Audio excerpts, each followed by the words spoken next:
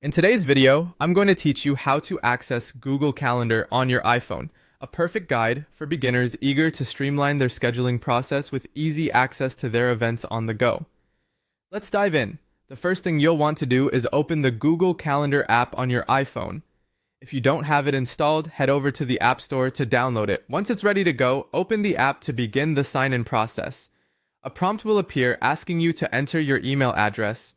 Go ahead and input the email associated with your Google account, and once you've done that, click Next. Now you'll be asked to enter your Google account password.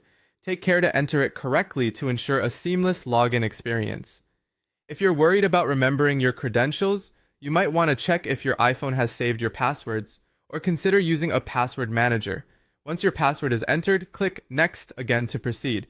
You'll now need to adjust some settings to ensure your Google Calendar integrates seamlessly with your device. Click on the settings icon. You'll usually find this represented by a gear symbol within the app or on your home screen. In the settings menu, scroll until you find the apps section and give it a tap. Within the apps menu, locate the calendar option and click on it. This is an essential step to manage how your calendars are displayed and synchronized. Once you're in the calendar settings, you'll see an option for calendar accounts. Click on this to ensure your Google account is properly synced with your calendar.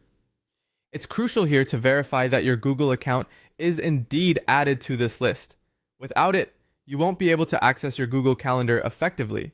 If it's not there, follow the on-screen instructions to add it. Moving forward, you'll need to click on Gmail. Within this section, make sure to turn on all options available.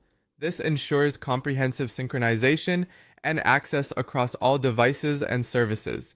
Turning everything on here facilitates a smoother user experience as it keeps all your data in sync.